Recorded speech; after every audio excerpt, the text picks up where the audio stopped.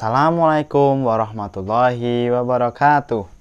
Selamat pagi anak-anakku kelas 3. Oke, ini udah sampai di subtema terakhir ya. Subtema 4 ya. Di tema 7 ini ya, kita akan belajar meluncur dan larang-larangan yang ada di kolam renang seperti di subtema 3 kemarin ya. Terus yang berada di tempat-tempat yang ada air, termasuk di kolam, termasuk di pantai. Nah, nanti kita akan pelajari. Mari kita awali dulu dengan membaca basmalah. Bismillahirrohmanirrohim. Oke, kita simak set berikut ini ya. Kelas 3, tema 7, subtema 4, meluncur dan berenang. Bagaimana cara melakukan, dan nanti Ustadz jelaskan lagi juga larang-larangan ya. Tapi di tempat lain juga ada, nggak cuma di kolam renang ya. Next, nah ini nggak banyak slide-nya yang dari US, tapi 1-2 saja, tapi akan Ustadz jelaskan di sini ya. Nah, ini ada dua gambar, salah satunya berada di pantai dan satu berada di kolam renang ya. Sebenarnya sama-sama berenang, sama-sama ada airnya juga, sama-sama ada arahan-arahan dan hal-hal apa saja yang digunakan untuk menjaga kesehatan atau menjaga keselamatan di sini ya. Jadi tolong perhatikan, dipraktekkan juga, sekaligus diaplikasikan dan diimplementasikan ya ketika kalian berada di kolam renang maupun di pantai ya. Oke, nah nih yang dilakukan Benny dan keluarga dan teman-teman ya. Nih mereka menjaga keselamatan di pantai atau di kolam ya. Seperti apa sih untuk menjaga keselamatan agar kita aman ya enggak?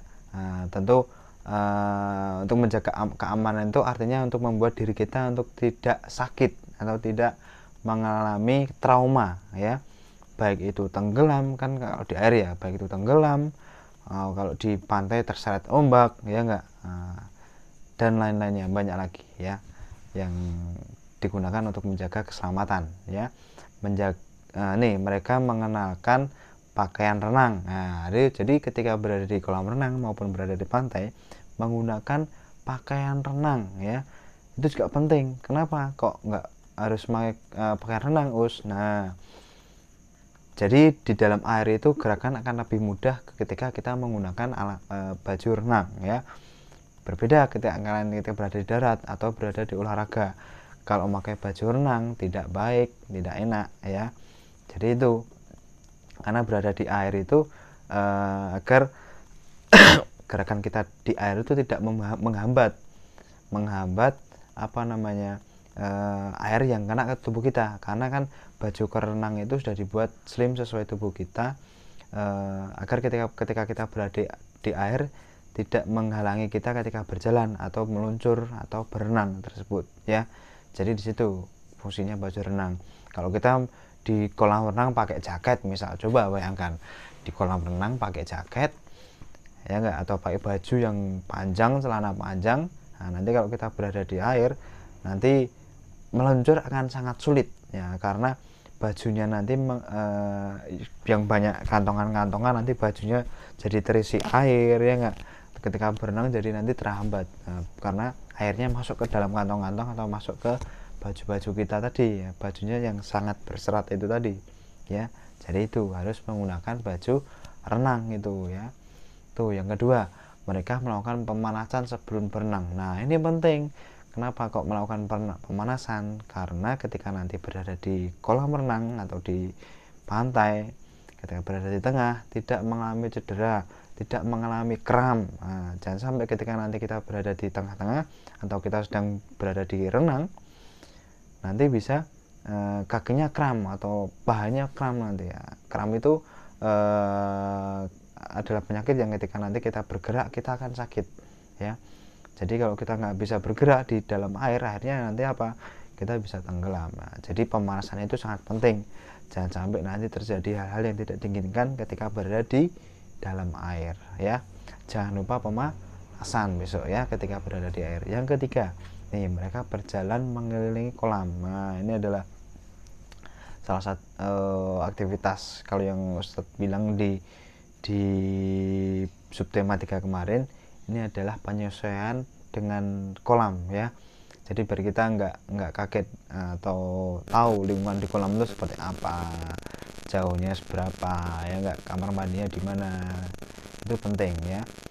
Lalu nomor 4 adalah mereka tidak mengenakan alas kaki. Nah tentu ketika berada di air tidak menggunakan alas kaki. Kalau menggunakan alas kaki nanti jadi penghambat ketika berenang ya. Beda kalau kalian menggunakan alat namanya kaki katak.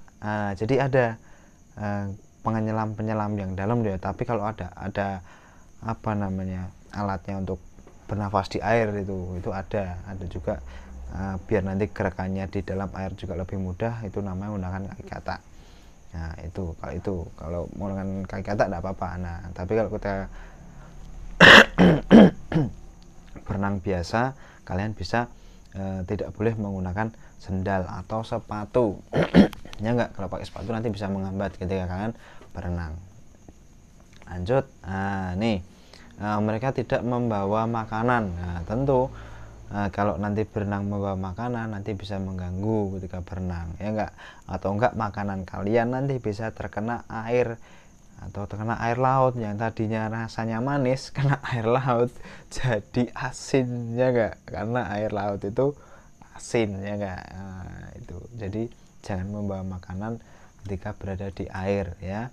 Terus sebelum masuk kolam mereka membilas anggota tubuh. Nah jelas kita tidak tahu nih di dalam air atau di air laut itu apakah ada kuman-kumannya ya enggak, untuk tindakan preventif agar kita tidak terkena penyakit kulit dan pencemaran yang lain. Kita nggak tahu nih teman-teman kita yang tahu orang lain atau bekas ada kotoran yang jatuh dari dari burung terbang akhirnya mengeluarkan kotoran jatuh ke kolam nanti, kita kan nggak tahu. Jadi sebaiknya untuk menghindari hal itu supaya tidak terkena penyakit kulit dan lain sebagainya, ketika sudah berenang diusahakan membilas anggota tubuh, mandi ya pakai sabun, terus samponan juga. Nah gitu ya, diusahakan setelah berenang membilas tubuh biar tidak terkena penyakit kulit ya. Itu. Terus nomor 7, mereka masuk ke kolam secara perlahan atau Udin, Tiara, dan Kakak mentaati peraturan di dalam kolam. Nah jadi yang ketujuh tadi, masuk ke dalam kolam itu pelan-pelan dulu, jangan keburu-buru seperti yang sampaikan di subtema 3 kemarin ya enggak. Kita harus membiasakan tubuh dulu dengan air ya, jangan langsung nyebur gitu, nanti badannya bisa kaget ya. Biar ada proses aklimatisasi di situ ya, menyesuaikan suhu tubuh dulu dengan air yang berada di kolam ya. Jelas ya di sini ya, jangan langsung nyebur. Jadi dengan pelan-pelan dulu mengenalkan tubuh dengan air yang ada di kolam ya. Jadi seperti itu.